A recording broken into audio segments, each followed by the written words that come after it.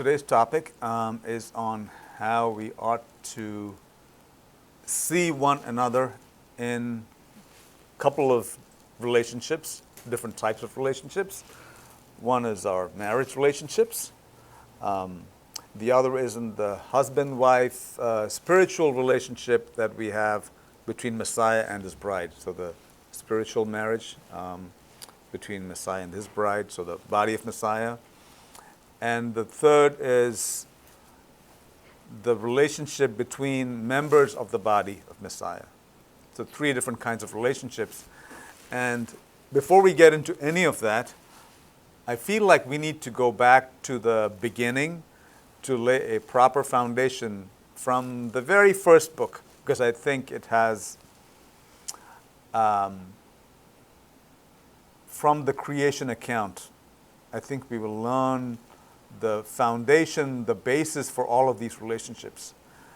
Because sometimes I feel like when we quickly dive into the New Covenant writings, we miss certain foundational assumptions that are just assumed when Messiah taught, when the early apostles taught, right? They assume their audience is familiar with the first book and every other book from there on. But we as Gentile believers typically launch directly into the New Covenant writings, because when someone's saved, we say, go read the book of Gospel of John, right? Or maybe one of the other Gospels, and that's the starting point. And so that's why a lot of times when we read the New Covenant writings, every now and then we come across a saying and we are scratching our head and saying, I'm not sure if I get all of it, but I think I get most of it. Good enough, I'll move on, right? So now is our chance to kind of go back to the beginning and see and get everything that was foundational to understanding the teaching of Messiah himself and the apostles. Because they all assumed that everyone sitting in their audience had read the Torah, right? Meaning the first 5 books of Moses, the Pentateuch, and all the other books. They assumed that, but we kind of skip over them. So we are missing a lot of the foundational stuff. So as seasoned believers who have been walking with the Lord for 10, 20, 30, 40, and perhaps 50 years with the Messiah, I don't believe I can share with you a passage from the New Covenant writings that you've not heard multiple sermons on, that you yourself have spent time meditating on, and have had many conversations with Abba. So I'm not going to share any of those things which you're familiar with. But like I said, we'll go back to the first book, Bereshit, or Genesis. So let us go to the first book, Genesis chapter 1. And in Genesis chapter 1, one of the things that you're going to find or discover is the purposes for which Abba made us, meaning human beings.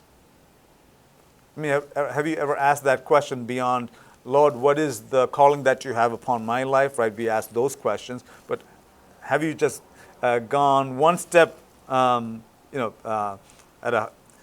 back a step, right, and ask the question, why did he make human beings at all? What was the purpose? And then we can ask a specific question, Lord, what is the calling that you have upon my life? So I'm going to go back to Genesis chapter 1 to look at what theologians often refer to as the creation mandate. By that, what we mean is, what is the absolute non-negotiable obligation that we have by virtue of being created the way we are? So in the creation account of man, was there something said, something revealed, that tells us what is the end purpose, what is the obligation, what is the purpose for which all of us were made? Not individual callings, all of us, mankind. That is the creation mandate. So let's look to Genesis 1 to find what the creation mandate is. So a couple of quick points before we dive into it. God made man on which day of his creative work? And that is the last day of his creative work. And I had to pause and think about that for a second, because I kind of glossed over that. It was the last day of his creation, 6 days of creation, and his last day of creation. the crowning glory of all of his creative agency was poured into that last day. It was the grand finale, the masterpiece of the one who spoke all things into existence from within himself. Creation ex nihilo, creation from nothing. He didn't need an pre-existing substance to make something, right? He just spoke it and he declared it and it came into existence. The last day of creation, that's when he made man. The best is always saved for the last, right? When you announce the winner of some event, you don't start with the first place. You start with the third place or the runner-up and you count down to the winner. I think we got that idea from our Maker. So why was man his crowning achievement? What makes us set apart amongst all of his creation? I believe the answer has to do with how he made us and why he made us. And the two are, of course, related. The way he made us is very much in keeping or with the purpose of our mission in mind. In other words, the design had to do with the function, right? You can't have a design which is contradicting the function. The design by which he made us has everything to do with why he made us. In fact, he made us so that we could do the things he made us for, right? He made us the way he did so we could do the things he made us for. So let's look at Genesis chapter 1, beginning in verse 26. Then God said, "Let us make man in our image after our likeness." By the way, the Hebrew word for man is Adam. Image is Tselem, the same word that's used for idols that the other nations made, and even Israel was participating in. That's the word Tselem, idols or image. Let us make man in our image after our likeness. The word for likeness is demuth. That's a Hebrew word. So God is saying, let us make man in our image and after our likeness. Two different words, Tselem and demuth. Image and likeness. What's the difference? We'll get into that in a second. But there is another verse which says pretty much the same thing. That's in verse, it doesn't say the same thing, but verse 27, it says, God created humankind in his image. In the image of God he created them, male and female he created them. And the similar passage that I was referring to is in Genesis 5, 1 and 2, where it says, when God created Adam, in the likeness of God he made him, male and female he created them, and he blessed them and called their name, guess what? Adam, when he created them. I don't know if you noticed that distinction. Adam is a word that's used for male and female. But it's also used for that first man, right? So it has a dual purpose. So Adam could mean both. All right, so let's look at these two words, right? The image and likeness, because God says he made us in his image and likeness. Why did he use two different words? He could have just used one word, but he uses two words. And God is, he does not use words for no reason. In fact, he says, do not babble like the pagans did with many words. God is very efficient with words. So the first word is demuth, which is the word that's translated in English as likeness. The second word is, actually let's pause there and just look at demuth for a second. What does demuth mean? So demuth has the idea of resembling something. For example, children resemble their parents, right? If they did not resemble their parents, they would have a conversation between the husband and wife, right? Okay, so hopefully children resemble their parents. Some of you took a few seconds. Chuck, you were really fast. Example usage of demuth is found in Genesis 5:3. Adam lived 130 years, and this time the word Adam is being used for the man Adam, right? That specific individual. Adam lived 130 years when and then fathered a son in his likeness. The word is demuth. After his image, Tselem, and named him Seth. So in other words, Seth not only resembled Adam in looking like, in that he was a male, right? He had male features, but he also had the image the specific features of his father, Adam. So now you're beginning to see the distinction between Demuth and Tselem. Demuth is general resemblance, right? You can say in one sense, all women generally resemble each other. But then only the daughter would have be made in the image of the mother, right? So there's that specific likeness, and there's the general likeness. By the way, the verse that we read in Genesis 5, when it says Adam lived 130 years and then had Seth, who is in his image and his likeness, is the beginning of the godly line. Because we know Adam had two other sons, Abel and Cain. And of course, Cain killed Abel. And the last mention of Cain is actually in Genesis 4. There's no more mention of Cain beyond Genesis chapter 4. And the verse that we just read was from Genesis 5. From then on, it is from this line, Seth, that eventually Messiah is going to come. So a new godly line starts in Genesis 5, from whom the chief archetype, the one called the Son of Man. And the Son of Man was a unique, specific title reserved for Messiah. And the sages knew this, and that's why in the New Covenant writings you see Yeshua is being referred to as the Son of Man. Yeshua refers to himself as the Son of Man. Where do we get this idea of Son of Man? Because Yeshua is the son of all sons of Adam.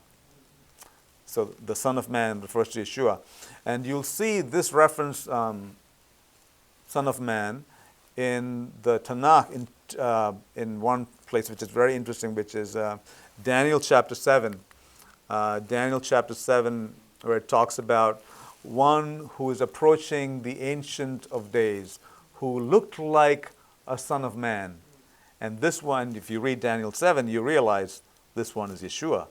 But the phrase there is, in Hebrew you would say Ben Adam, Ben is son, Adam is man, son of man. But in Daniel 7, that portion is actually in Aramaic. So Daniel has both Hebrew and Aramaic. And so in Daniel 7, when it says one like a son of man, it's said in Aramaic, and it is Bar Inash. Bar Inash. So let's get back to Genesis 2:7, which talks about how man is made. Remember I said the purpose for which he made is absolutely connected to the how God made man. They both have to be connected. So how did God make man? We're going to look at that first. Genesis 2:7. Then Adonai Elohim, which is the Lord God, formed the man out of the dust from the ground, and he breathed into his nostrils a breath of life. So when it says dust from the ground, the word is afar. Afar min hadama. Afar min hadama means dust from the ground. And then he breathed into his nostrils a breath of life. So breath of life, the phrase is nishmat chaim. You know, chaim is life. And neshama, typically we say it's the soul, but it's really like the breath of God. Genesis 2:7, and it says, so the man became a living being. Notice the word so, meaning because God created him like this, so he became a living being. Because God breathed his own breath into this creation, he became a living being. Actually, when you read the phrase living being, it doesn't do justice. You got to look at the Hebrew where it says, nefesh chaya. Chaya is life. Nefesh is what? Nafshi, remember some of the songs? It's soul. Because man was made this way, where God breathed into him the breath of life, nishmat chaim, so man became a soulful being. In other words, if God did not create him like that, he would be a being, but without a soul. There are beings with souls, and there are beings without souls. Man is a soulful full being, a being with a soul, and that has everything to do with how God created him, breathing into his nostrils his own breath of life, nishmat chaim. And that is why God could say, let us make man in our image and our likeness. If God had not done this, we would not be made in his image and likeness. So man is the only creature that God breathed into, the only living creature that became a soulful being, a being with a nephesh. So why did God make man? Genesis 1:26 through 28. Then God said, let us make man in our image, after our likeness. Let them rule over the fish of the sea, over the flying creatures of the sky, over the livestock, over the whole earth, and over every crawling creature that crawls on the land. There is the first purpose. There is that word rule. The Hebrew word is radah. God created, verse 27, God created humankind in his image. In the image of God he created him. Male and female he created them. God blessed them, and God said to them, be fruitful and multiply. Fill the land and conquer it. And then again it is repeated, rule over the fish of the sea, the flying creatures of the sky, and over every animal that crawls on the land. So be fruitful and multiply, but that's not unique to man, right? He did say that to other creatures. He did say that to the fish and the birds. So that's not unique to man. But to rule, yes. To fill the land, yes. And conquer it, yes. Those are singularly given to mankind alone. So that is a unique assignment, unique commissioning given to man. To rule over, to fill the land, and to conquer it. What does that mean? First, understand that only a being made with God's breath of life can represent God in all of creation and rule and conquer it as his emissary, as his vice regent. God is sovereign. He is the king. God is not telling them, you become king. He is saying, I have made you in my image so you can, in my absence, rule over the land, conquer it, and fill the land. So we are commissioned to fill, rule, and conquer all of creation for the king in his place. When we do that for our own sakes, that's when we are worshiping ourselves. But we are called to have dominion over everything that God has made, all of the everything in creation, so that all of creation would be brought in submission to the King. That is the purpose for which we are made. And only a being that's made in the image of God can properly represent him.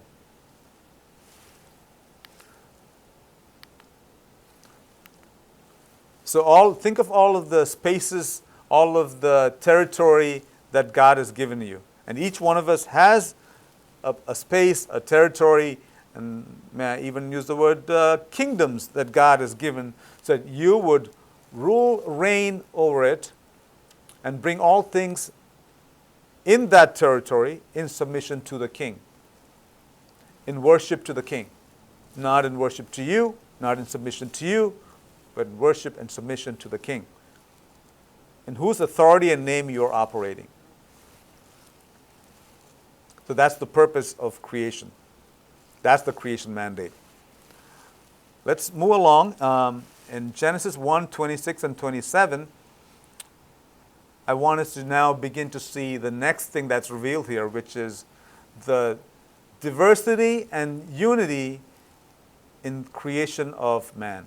There's a diversity and a unity in creation of man. So what is that? So Genesis 1, 26 and 27. Then God said, let us make man in our image, after our likeness. God created mankind or humankind in his image. In the image of God, he created him. And then it gives us some more information. It says, male and female, he created them. The Hebrew word for male is zachar, and female is nekeva. And then a similar phrase again appears in Genesis 5, verses 1 through 2. When God created Adam in the likeness of God, he made him zachar u nekeva. Male and female, he created them, and he blessed them and called their name Adam in the day that he created them. So it is, I think, useful to just pause for a second and ask, these two new words which appear for the first time in the Bible, which is male and female, does that convey something? Or is it just saying he made two different things, right? And that's it. Zachar has the idea of remembering, preserving. In fact, the Hebrew prophet Zechariah, his name is Zachar Yah, remember. God remembers. Yah is God, Zachar is remember. So the word used for male has to do with remembering, preserving. And that may not mean anything until you get to what the female name means. Nekeva is related to the word nakav. So nekeva is female, translated as female in the Hebrew Bible, in the English Bibles, right? And then it's related to the word, or the root word is nakav. Guess what nakav means? It has the idea of piercing. It also is the word used for holes. I wonder if this has anything to do with the differences in the male and female anatomy. I'll just leave it at that. Because why did God choose these two words? It's always interesting. Why does God choose any word to communicate an idea?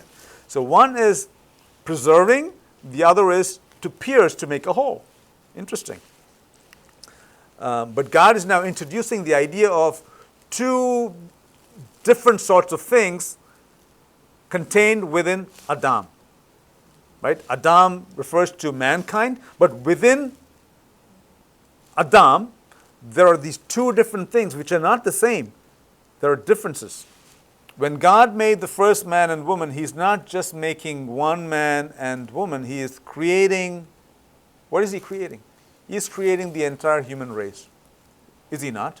Because how else would you create the entire human race without creating the first man and woman? So he's really creating more than just one man and one woman. He has all of us, every single human being that's ever going to be born, in mind when he's creating Adam and Eve. So it makes sense that the name Adam is here not used as a personal name of just one particular individual, but of both male and female. Their name is Adam in the day that he created them. And as I mentioned earlier, later on you see that this particular individual, that first man, was also called Adam. That was also his personal name. And that's one of the reasons in Hebrew, to avoid confusion between Adam meaning human beings in general versus Adam, that first man, they have an interesting, a specific way of referring to the first man. They say Adam HaRishon. Rishon. Rishon means the first. It comes from Rosh, the head, the beginning of something. Adam HaRishon. I mean, it's just explicitly stating who he is, the first man, right? It cannot be any more clear. Adam HaRishon. But if you just want to say mankind, you would say Adam. In fact, you want to say human beings, you say Ben Adam. That's how you say it in Hebrew, Ben Adam. So anyways, so we see two different things. One is the diversity, the male and the female. The other is they together make up Adam, the unity. So you see the diversity and the unity. So in other words, if you wanted to get a full picture of God, and we were made in the image of God, a representation of God, who would you have to examine, the male or the female? Both. Amen. Right? Both constitute Adam, and it is not sufficient to just look at the one because they're made different. One is Zakar, one is Nekeva. Two different distinct beings, but together constituting Adam, together representing a picture of God. One of the names of God is El Shaddai.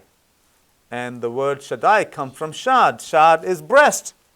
That's the female anatomy, right? Not male. The breast which supplies all of the nutrients for the child that's growing up. So is our Abba, who is El Shaddai, giving us all of the provisions, everything that you could possibly need, He provides. El Shaddai. So you see, both the male and the female are represented in our God.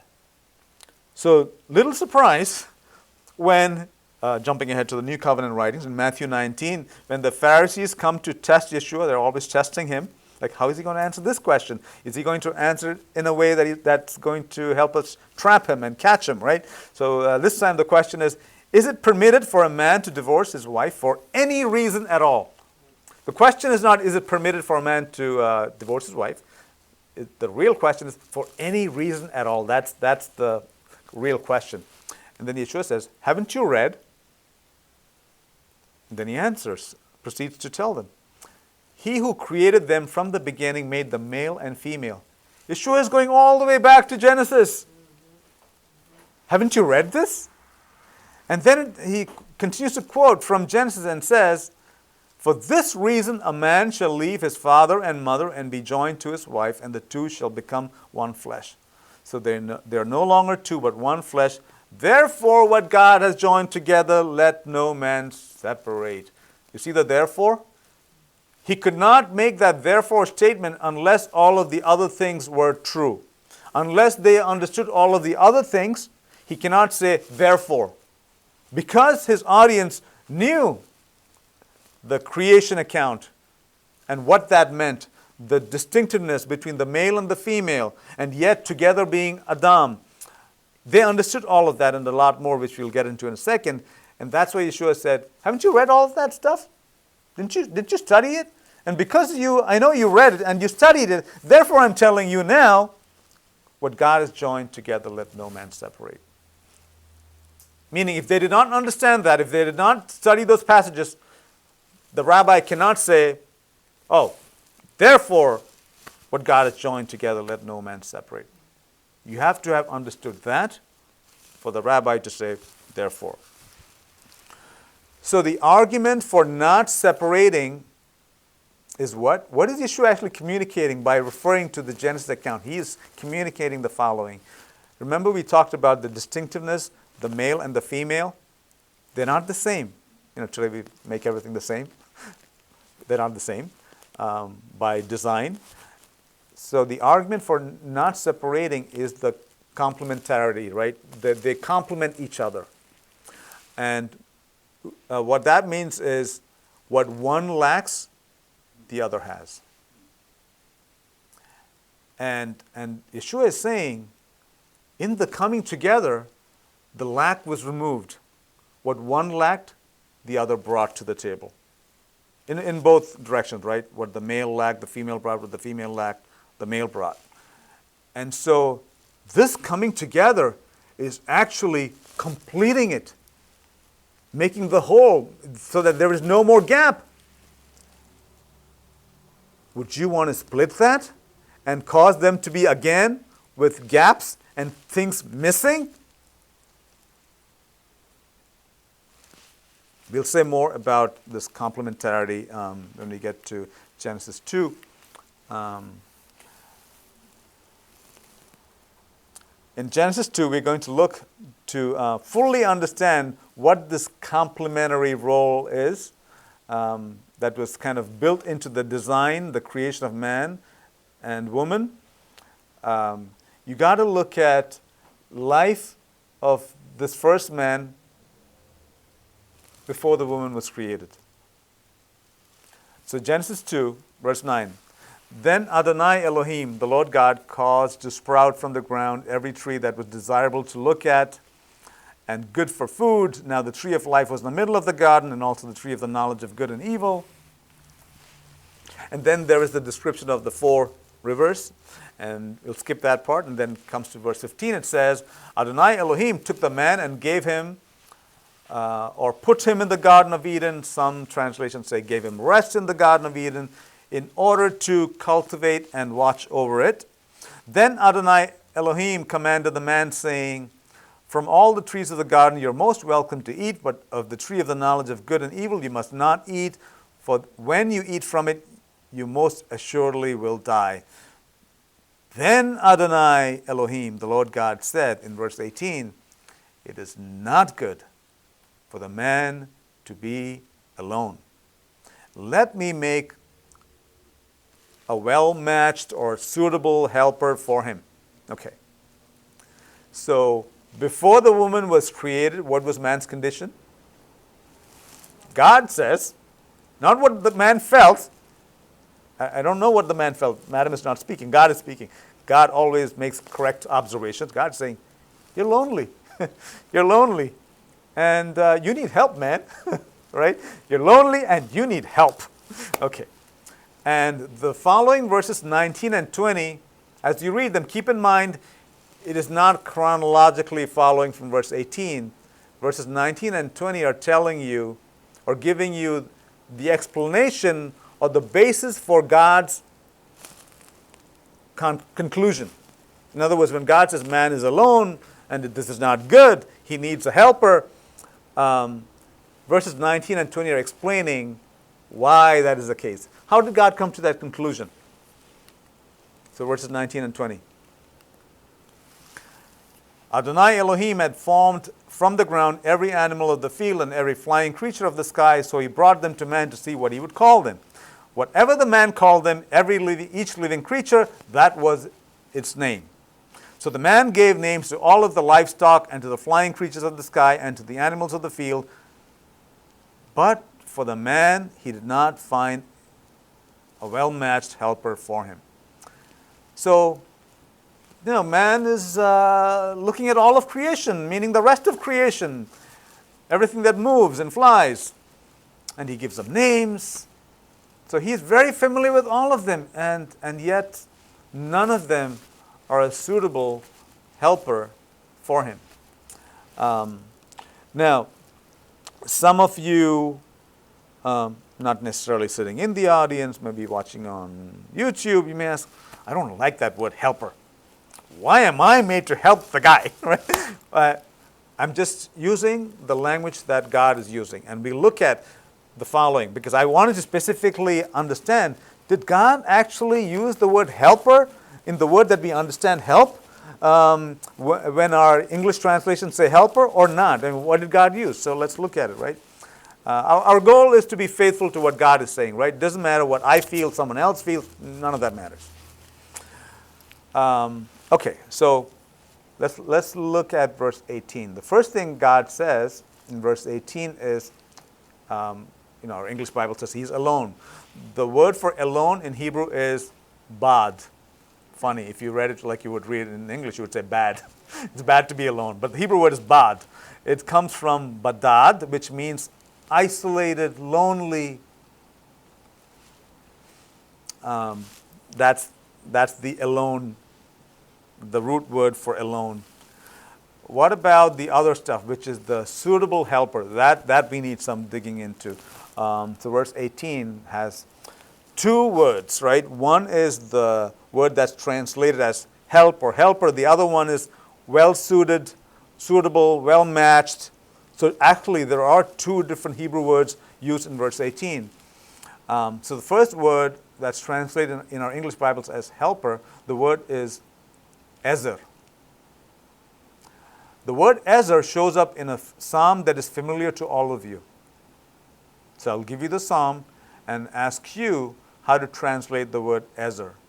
So it's Psalm 121, verses 1 and 2. From where does my...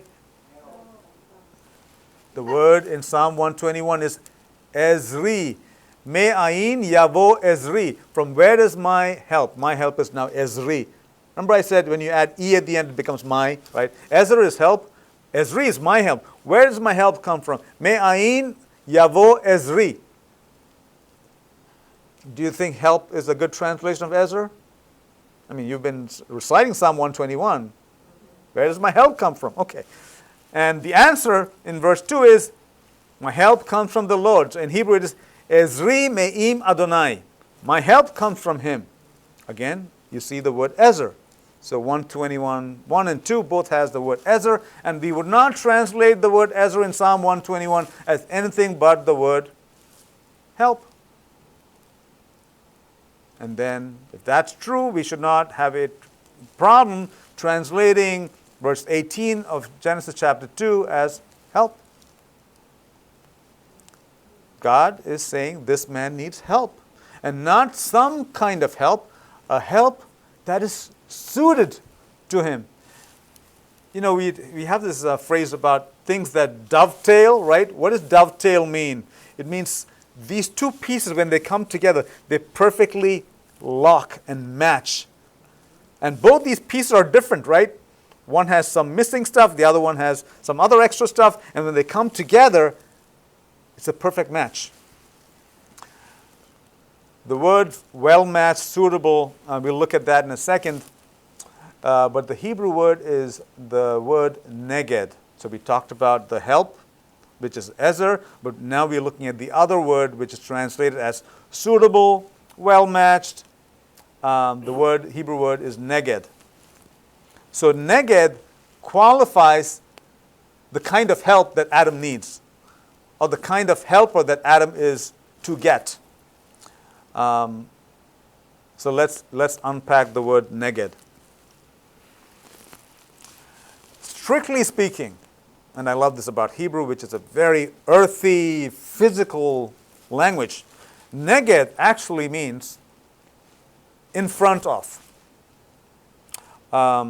If someone is in the front of you, facing you, they're sitting blank to you. Fill in the blanks. They're sitting opposite, right? They're sitting on the opposite side, right? They're facing you, you know. If you're sitting side by side, you're not facing each other. But if someone's sitting in front of you, which means they're on the opposite, right? Almost like they're opposing you. So there is some deep ideas in neged. So let me, as we unpack this, think about you standing in front of a mirror. In physics, you describe this as your image having the reflection of you, or the image of you having undergone lateral inversion, meaning the left becomes right, right becomes left. So the actual you, right? Your left in the image looks like the right. So if you raised your left hand, on your image, it looks like he or she is raising the right hand. So laterally inverted. You can see the idea of complementing, right? Complementarity, right? The opposite. So the one who is in front of you looks like they're opposite. So this connotes the idea of opposites, not in opposition, but in a complementary fashion. One making up for the lack of the other. What one has, the other is missing. What one doesn't have is found in the other. So putting it together, Ezer and Neged, God determined the man needs a helper, and this helper needs to complement him in every way, physically, anatomically, and in his abilities, and so in every sense. And why? Remember the creation mandate that we talked about in the beginning? The purpose for which Adam, and Adam here is not just man. Adam, man and woman are together made to what? To rule and reign in his place and bring all things in submission to him. That's the creation mandate. So this man is lonely, and he cannot do this on his own. He needs a well-matched, a complementarian helper. And as the two come together, as the diversity in them comes together in the unity of mankind, Adam, the two making up man, then they will be able to fulfill the creation mandate. So let's look at the creation of the woman now. Genesis chapter 2, verse 21. Adonai Elohim caused a deep sleep to fall on the man, and he slept, and he took one of his ribs and closed up the flesh in its place. Adonai Elohim built the rib which he had taken from the man into a woman. Then he brought her to the man. Then the man said, "This one at last is bone of my bones and flesh from my flesh. This one is called woman, for from man was taken this one." This is why a man leaves his father and his mother and clings to his wife, and they become one flesh. And that phrase is recited, cited, quoted many times in the New Covenant writings. A couple of things. His bone and his flesh is used to create the woman. So what does that make the woman? The woman has now the same essence as the man. Unless the one who is making imparts something of himself and herself into the thing that he is making, they have no connection. God was able to say, we are going to make man in our image and likeness, only because he was going to breathe his own breath of life into them. If the woman was not made from substance that came from the man, they would not be of the same essence. So first, the male is made in the essence of our Maker, and then the woman is made from the stuff that came from the male. So now, if you connect the dots, therefore man and woman are made in the essence, or made in the image and likeness of God. So she has obviously the same value and worth and all of that, which I don't need to say any of that.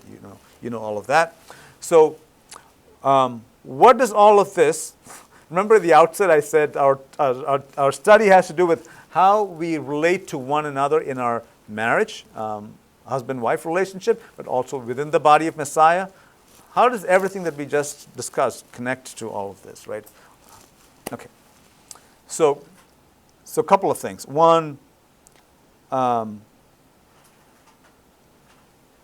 just like the relationship between Messiah and his bride, actually the very language of saying Messiah and his bride and the marriage supper of the Lamb, that already is communicating something to us. He is saying that relationship is the same as the male-female relationship on the human level, in some sense. And we just established on the human level there is a complementarianism, right, within the male and the female. And so it is with Messiah and his bride. You may ask, what is Messiah lacking that we bring to the table? What are we lacking that Messiah brings to the table? The second is easy to answer, right? We lack so many things that Messiah gives to us. He gives us his righteousness and so many other things. We are joint heirs in him. Everything that belongs to the Son belongs to us. So he is bringing a lot to us that we don't have, we don't intrinsically have. That's clear. But what are we bringing to the table that Messiah doesn't have? Is Messiah here right now? Yes. In a literal sense? No, he isn't. He's sitting at the right hand of the Father. But you said yes, and I think I know why you said yes, because he is here through us. We are his body, so he needs us. So what he is not doing on his own, in some sense, we are doing in his stead. So you can see the complementarian function even within the Messiah and his bride. We saw that within the man and the woman.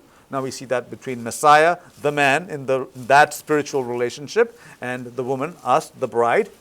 But then it also translates to life in the body, how we see one another. So I think I'm going to get to the really the application of everything that we just talked about. Life is messy. Relationships are hard. Marriage relationships are the most difficult of all, because the marriage relationship is the one in which we truly get to know the other person. All of the facade is gone. All of the guards that you put up, even as hard as you may try, all gone. You fully, or as fully as you can see on this side of heaven, you see the other person. Which means you get to see all the quirks, those annoying habits, the things, the peculiar ways in which my husband or wife does a particular thing. So annoying to me, because I would never do it that way. Okay. A person's unique and signature way of doing things, I call them quirks. So you might find that annoying in that other person. That other person, what makes them unique is those kinds of things, right? So as long as it's not like an obvious sin or a sinful habit, right? If it's not in that clear black and white, right? If it's just something that's their particular way of doing things, that is what makes them them. In fact, when we read the passage which says, God knit you together in your mother's womb, that is all part of that package. Okay, so if you have never come across these annoying habits in either your spouse or a brother, sister in the Messiah, I'll say this: you haven't gone deep enough in those relationships. You don't know the other person well enough. You hang out with the other person long enough, you're going to find something that annoys the heck out of you in that other person. So if you don't know something in me that annoys you, you don't know me well enough. You haven't hung out with me long enough. So stick around, you'll find something. And I will find something in you. So don't be surprised. This is to be expected. The question is, what do we do with it? And the reason I brought up stuff from the creation account and understanding how this complementing each other, which means there is stuff that's in the one that's not in the other, that helps us understand that this is by design. And if it is by design, why am I arguing against it? Why do I have such a problem with it? Maybe some of it is my own flesh. So, again, I'm not referring to things in the other person that are obvious sin. Right? That's not what we're discussing. So, some of the things that we might be trying to change in the other person are the very things that God factored in the design of them to make them who they are. And I'll say something else, which is, do you know you are uniquely you? And what that means is there are things that only you and you alone in all of creation, from Adam to the last human ever to be born, that only you are going to be able to do and accomplish in the kingdom. And part of your accomplishing that unique mission is being who you are, being different from everyone else. And maybe you have that, maybe that difference is going to look bothersome to somebody. It's going to annoy somebody because, they wouldn't do it that way, right? So today's word is, I believe, a challenge to us, an encouragement to us. If this is an area that we struggle with, we pick out something in everybody. Everybody has some issues as far as I'm concerned.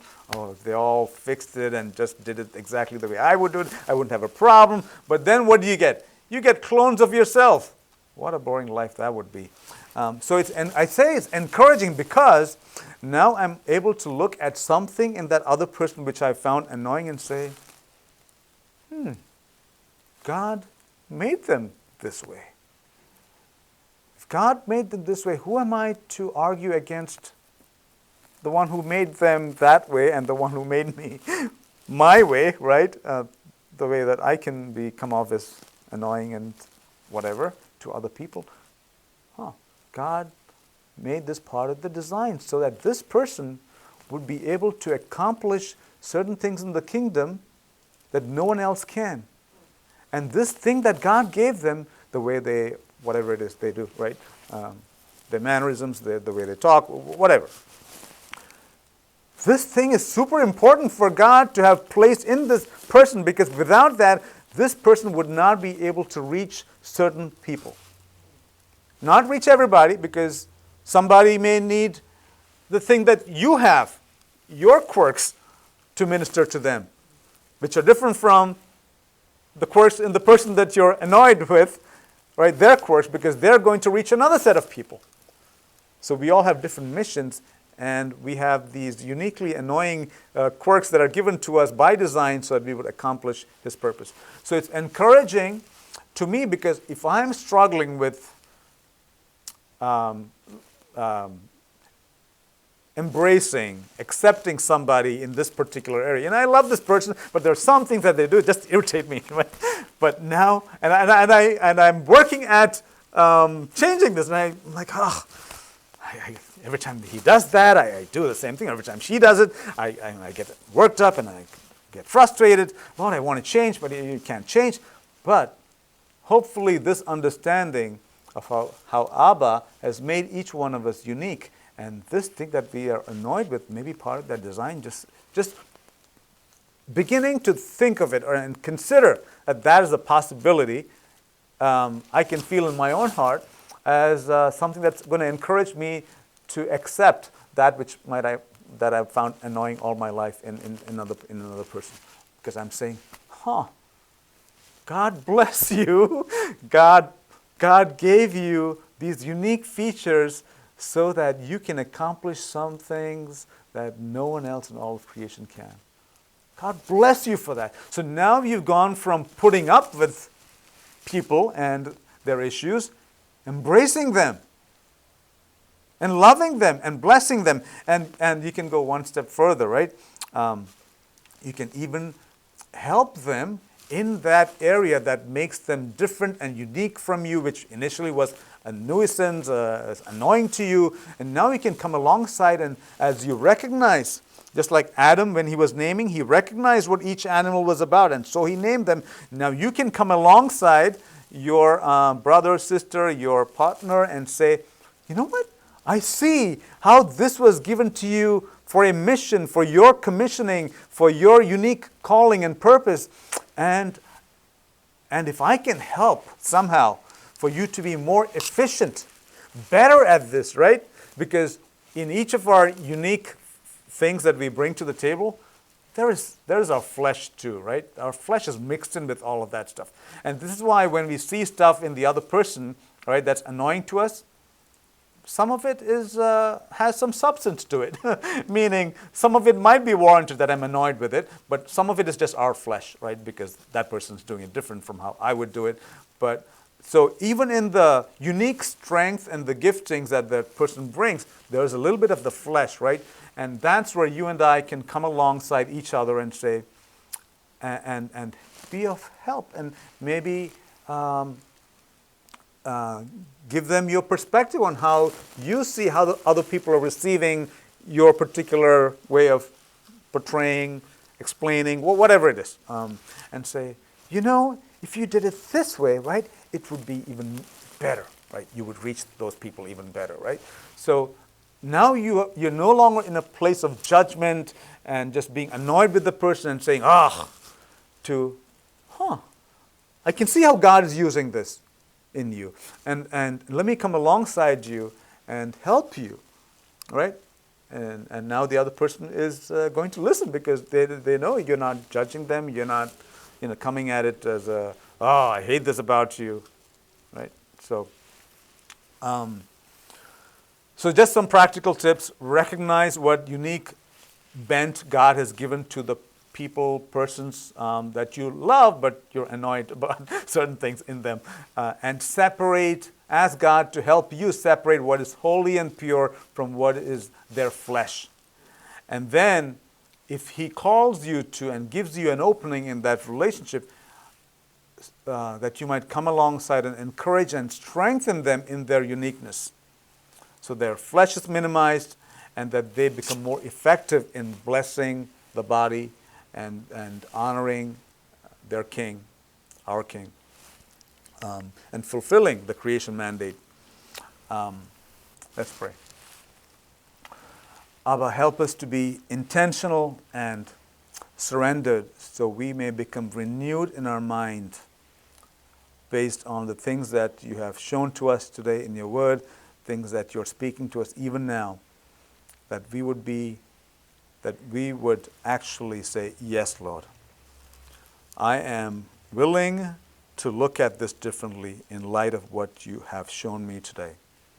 I'm willing to be transformed in how I love this other person, how I view them, how I interact with them based on what you're showing me today.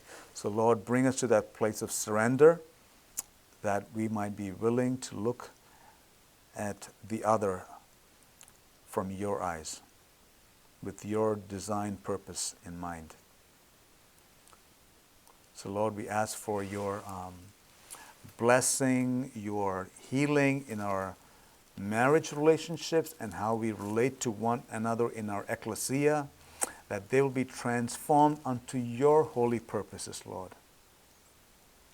And Lord, you know, and we are absolutely convinced by now, we cannot fix this on our own. So we are coming to you, we are surrendering this area to you, that you would come and renew us.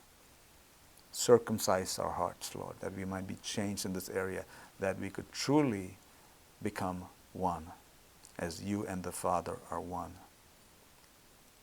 In Yeshua's mighty holy name, amen.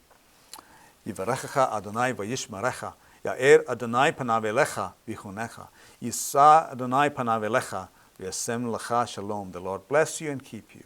The Lord make his face to shine upon you and be gracious unto you. The Lord lift up his countenance upon you and grant you his shalom, through the Sar Shalom, Yeshua Messiah. Amen. Amen.